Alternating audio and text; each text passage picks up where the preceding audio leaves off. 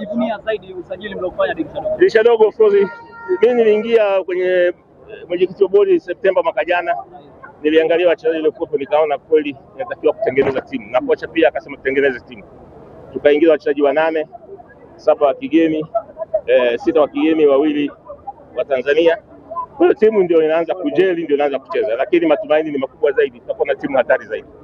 Tumeridhishwa, lakini timu inatakiwa improve zaidi. Hii timu tumesajili dirisha dogo Januari, itaendelea kufanya mazoezi na itakuwa nzuri zaidi ya hivi.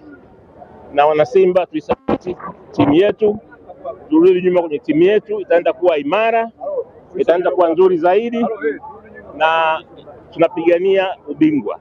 Kwa hiyo wana Simba wote tuache fitna, tuache ugomvi, turudi kusapoti timu yetu.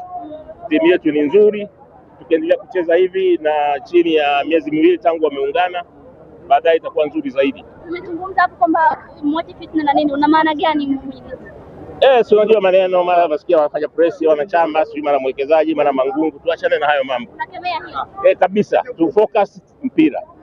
Tu focus timu yetu ya Simba kucheza mpira. Tuje uwanjani, tujae uwanjani, focus timu yetu. Ikisafiri tusafiri nayo. Basi. Matumaini mnayaona, lakini kwenye kikosi. Yapo, timu nzuri, inazidi kuimprove. Siku tunavyokwenda inazidi kuimprove. Na wenyewe mmeona leo tumecheza vizuri.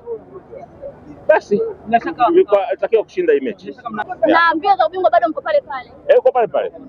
Sababu michezo bado ni mingi, hata michenjo ya raundi ya kwanza haijaisha. Tofauti ya point 5 tutaendelea kupigana.